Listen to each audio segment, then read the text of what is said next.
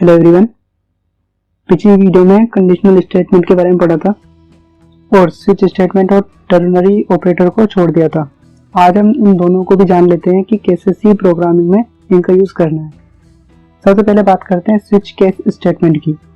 इसका यूज़ हम तब करेंगे जब किसी वेरिएबल के आधार पर, मतलब वेरिएबल के अंदर जो डाटा है, जो वैल्यू है, उसके आधार पर हम केसेस में यानी ऑप्शंस में से किसी एक कोड को एग्जीक्यूट करना है।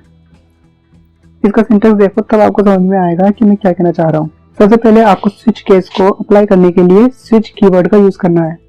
उसके बाद पैरेंथेसिस के अंदर आपको लिखना है एक्सप्रेशन। अब एक्सप्रेशन का क्या मतलब है? एक्सप्रेशन में आप कोई भी वैल्यू लिख सकते हो, जैसे कोई नंबर या कैरेक्टर, लेकिन आप नॉन इंटीजर वैल्यू एक्सप्रेशन में नहीं लिख सकते, जैसे कि डेसिमल वैल्यू। आप स्ट्रिंग का यूज भी नहीं कर सकते, जैसे कोई वर्ड्स या सेंटेंस।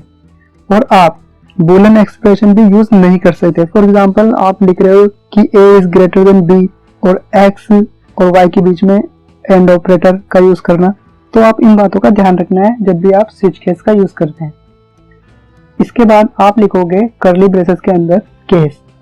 केस में हम वो वैल्यू लिखते हैं जो हमारे एक्सप्रेशन से मैच होती हो।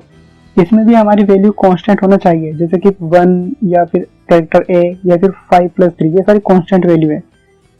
एक बात और याद रखना है आपको कि कैरेक्टर को हमेशा सिंगल कोट के अंदर ही रखा जाता है। तो आप केस कुछ ऐसे लिखोगे, पहले केस, उसके बाद वैल्यू और फिर कोलन।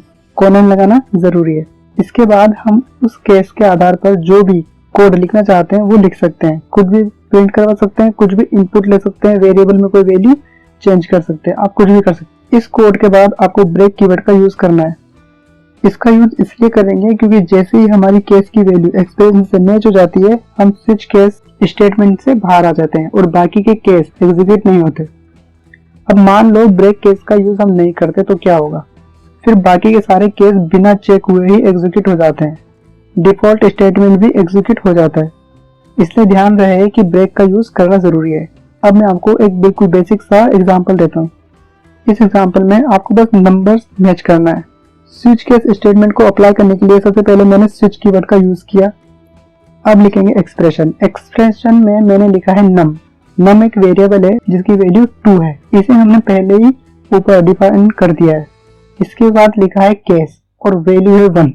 अब केस चेक करेगा क्या 1 नम के इक्वल है। नम के अंदर क्या वैल्यू है? 2। तो 2 तो 1 के इक्वल नहीं है, तो फिर ये एग्जीक्यूट नहीं होगा। फिर केस 2 मतलब नीचे वाला केस चेक होगा क्या 2 नम के इक्वल है, तो यस 2 नम के इक्वल है, क्योंकि नम के अंदर जो वैल्यू है वो 2 है, तो ये एग्जीक्यूट होगा और स्विच स्टेटमेंट से बाहर आ जाएगा क्योंकि हमने ब्रेक का यूज किया है। अब ये एग्जांपल जो हमने लिया है ये बहुत ही घटिया एग्जांपल है। मुझे एडवांस एग्जांपल लेना चाहिए था क्योंकि आप कॉलेज स्टूडेंट हो और एग्जांपल ऐसा लग रहा है जैसे सेकंड क्लास के बच्चों को समझाया जा रहा है। चलो कोई बात नहीं, आगे से हम एडवांस क्वेश्चन लेंगे। आपको समझ में आ गया होगा स्विच केस स्टेटमेंट को कैसे यूज करना है। अब समझते हैं टर्नरी ऑपरेटर के बारे में। टर्नरी का मतलब होता है 3। टर्नरी ऑपरेटर 3 ऑपरेंड के साथ काम करता है, इसलिए हम इसे टर्नरी ऑपरेटर कहते हैं। और इसे हम इफ इस स्टेटमेंट का शॉर्टहैंड भी बोल सकते हैं क्योंकि दोनों का जो वर्क है वो सेम ही है। आपको स्क्रीन पर इसका सिंटैक्स दिखाई दे रहा है, मैं इसको एक्सप्लेन करता हूँ। सबसे पहले कंडीशन, फिर क्वेश्चन मार्क, फिर एक्सप्रेशन 1, फिर कोलन, फिर एक्सप्रेशन 2। कंडीशन के अंदर हम कोई भी लॉजिकल कंडीशन लिखेंगे, जैसे कि a is greater than b या फिर a x equal to y। और इसके बाद क्वेश्चन मार्क, फिर हम एक्सप्रेशन 1 में लिखेंगे वो कंडीशन या वो वैल्यू जो कंडीशन के ट्रू होने के बाद एग्जीक्यूट करना है या उसके बाद एग्जीक्यूट होना चाहिए। और फिर उसके बाद हम लिखेंगे कोलन। फिर हम एक्सप्रेशन 2 में वो कोड लिखेंगे जो कंडीशन के फॉल्स होने के बाद एग्जीक्यूट होगी।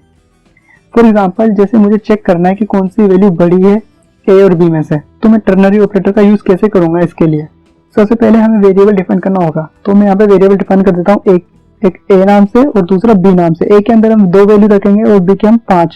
अब हम यूज करते हैं टर्नरी ऑपरेटर का। पहले हम कंडीशन लिखेंगे, तो हम कंडीशन क्या चेक करना चाहते हैं कि कौन सी वैल्यू बड़ी है। तो मैं यहाँ पे लिख देता हूँ a is greater than b।